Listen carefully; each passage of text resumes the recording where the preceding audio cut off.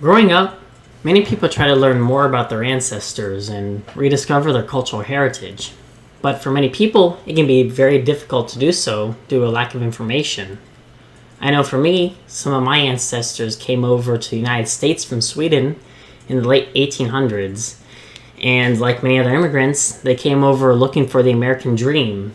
And in doing so, they didn't really want to speak their mother tongue or pass on their traditions, as they wanted to live a new life.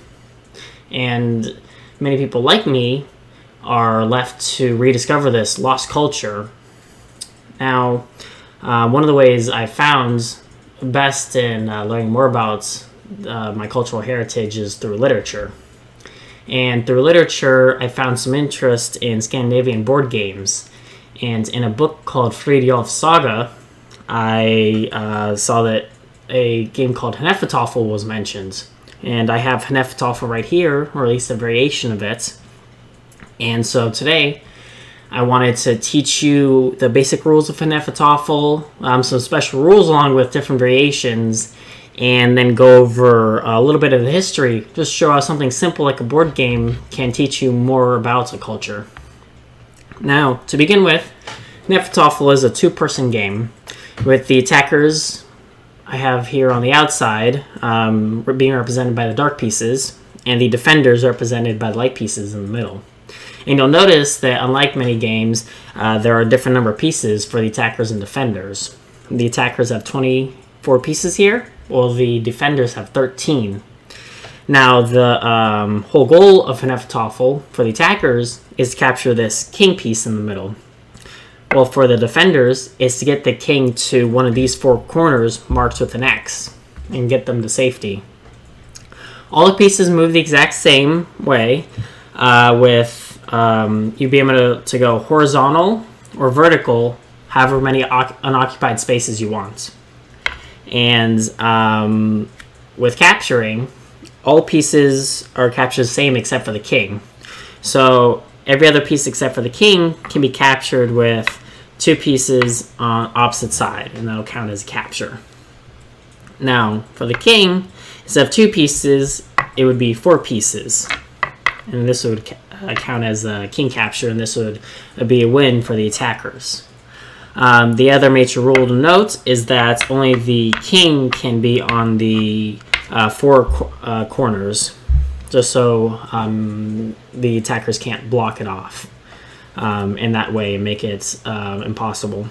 Now, going on to special rules, sometimes you can put a variation where the side count as the capture for every piece, or because the defenders are usually more powerful due to how powerful the king is, you can just make it so that the side counts as a capture for the king, so you only need three pieces.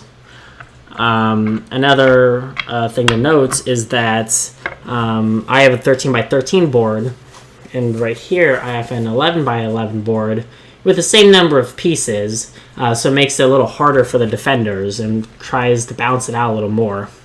And since the king is so powerful, you can even enlist a pacifist rule where a king can't partake in captures, so they can't capture this piece right here. And then, yes, this wouldn't work either for capture, so you can list that rule. And I'm talking about so many variations because there aren't really any written rules for the original game of Hnefatafl.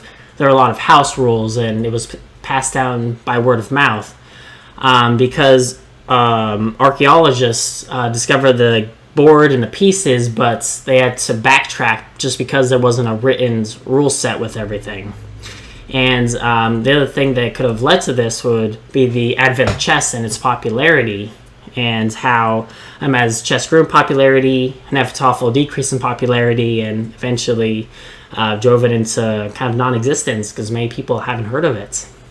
And one other interesting to note about kind of the society in Scandinavian society with board games is that during antiquity, when the Romans were passing along their language and conquering these barbarians in the north and these Vandals, many they saw that it kind of shows transition in society where you have the go from hunters and gatherers into a society with more scholars, as they noted that as people learned more of a written language and learned the Latin alphabet, they partook in more board games and other events like that.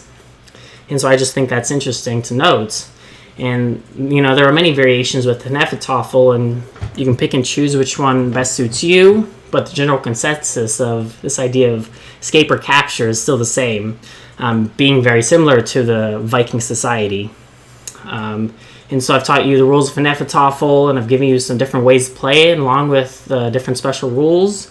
And, the game may not be as popular as chess, but it showcases some of the history of society. And even though the original rules are shrouded in mystery, you can learn more about your culture. Thank you.